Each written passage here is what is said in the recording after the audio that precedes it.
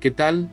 Bienvenidos, mi nombre es Eduardo y como siempre es un verdadero honor darte la bienvenida a Universal History. En el capítulo anterior contemplamos cómo Dios creó el universo con poder, belleza y propósito. Hoy damos un paso más profundo en esta gran historia. Entramos al capítulo 2 llamado El Jardín del Edén, Adán y Eva, de nuestra épica serie.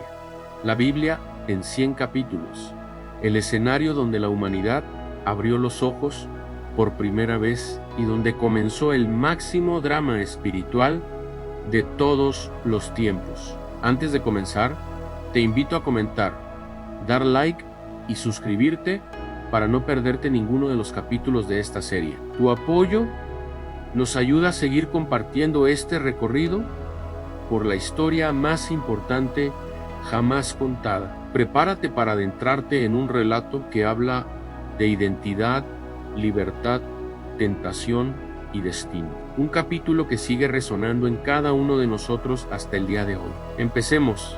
En el capítulo anterior vimos cómo Dios creó el universo con poder y propósito, desde la luz hasta las estrellas, desde los mares hasta la vida misma.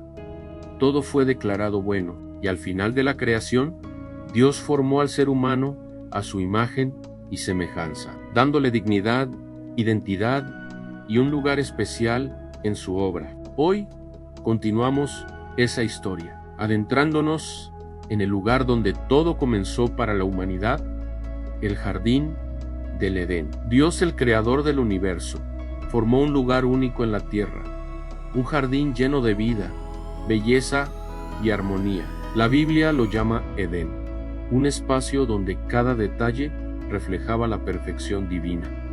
Allí crecían árboles agradables a la vista y buenos para comer. Tal como se menciona en Génesis 2, versículo 9, era un lugar donde la creación entera parecía respirar paz. En ese jardín perfecto, Dios colocó al ser humano que había formado del polvo de la tierra. Génesis 2, versículo 7, nos dice algo increíble. Dios sopló en su nariz aliento de vida, y así el hombre se convirtió en un ser viviente. No fue un accidente ni un proceso impersonal. Fue un acto íntimo, directo, lleno de propósito. El creador del universo se inclinó para dar vida al ser humano. Una vez allí, Dios no lo dejó sin propósito. Le puso en el jardín para que lo trabajara y lo cuidara. Como leemos en Génesis 2, versículo 15. Desde el principio, el ser humano recibió una misión que fue cultivar, proteger y administrar. La vida no era solo un regalo, sino también una responsabilidad. El trabajo no era una maldición, sino una vocación, una forma de participar en la obra creativa de Dios. En medio del Edén, Dios plantó dos árboles especiales, el árbol de la vida y el árbol del conocimiento del bien y del mal. Y en Génesis 2, versículos 16 y 17, Dios dio una instrucción clara, una regla simple pero profunda. El hombre podía comer de todos los árboles, excepto de uno. Del árbol del conocimiento del bien y del mal no comerás, porque el día que de él comas, ciertamente morirás. Esta orden no era una restricción arbitraria para limitar su libertad, sino una invitación a confiar, a reconocer que la verdadera sabiduría y la verdadera vida vienen de Dios. Era una oportunidad para que el ser humano eligiera libremente la obediencia, demostrando su amor y dependencia de su Creador. Pero en medio de toda esa perfección, Dios notó algo. En Génesis 2, versículo 18, declara algo que resuena hasta hoy. No es bueno que el hombre esté solo, aunque estaba rodeado de la majestuosidad de la creación. El ser humano necesitaba una compañía a su altura, alguien con quien compartir la vida. Entonces, Dios hizo caer un sueño profundo sobre Adán. Tomó una de sus costillas y, de esa costilla, formó a la mujer. No la creó del polvo como Adán, sino de su propio costado, simbolizando una conexión única e íntima. Cuando Adán la vio, exclamó con alegría: «Esta sí es hueso de mis huesos y carne de mi carne». Reconoció en ella a alguien semejante, su complemento perfecto. Juntos, Adán y Eva vivían en completa armonía, sin vergüenza, como lo describe Génesis 2, versículo 25.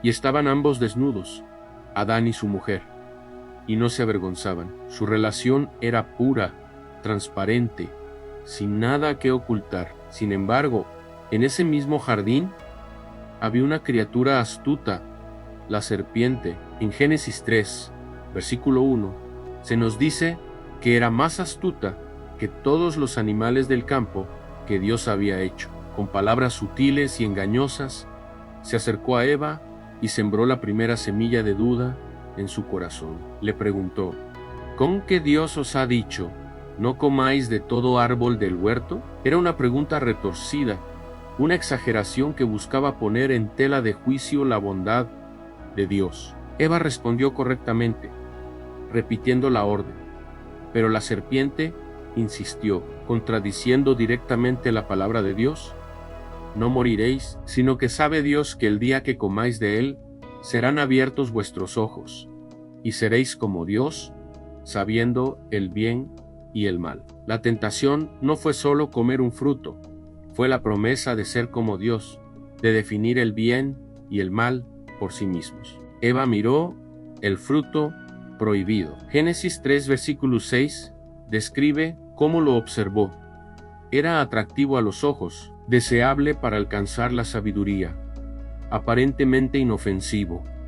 La duda sembrada por la serpiente había echado raíces. Confiando en su propio juicio y en la promesa de la serpiente, tomó del fruto y comió. Luego se lo dio a Adán, que estaba con ella, y él también comió.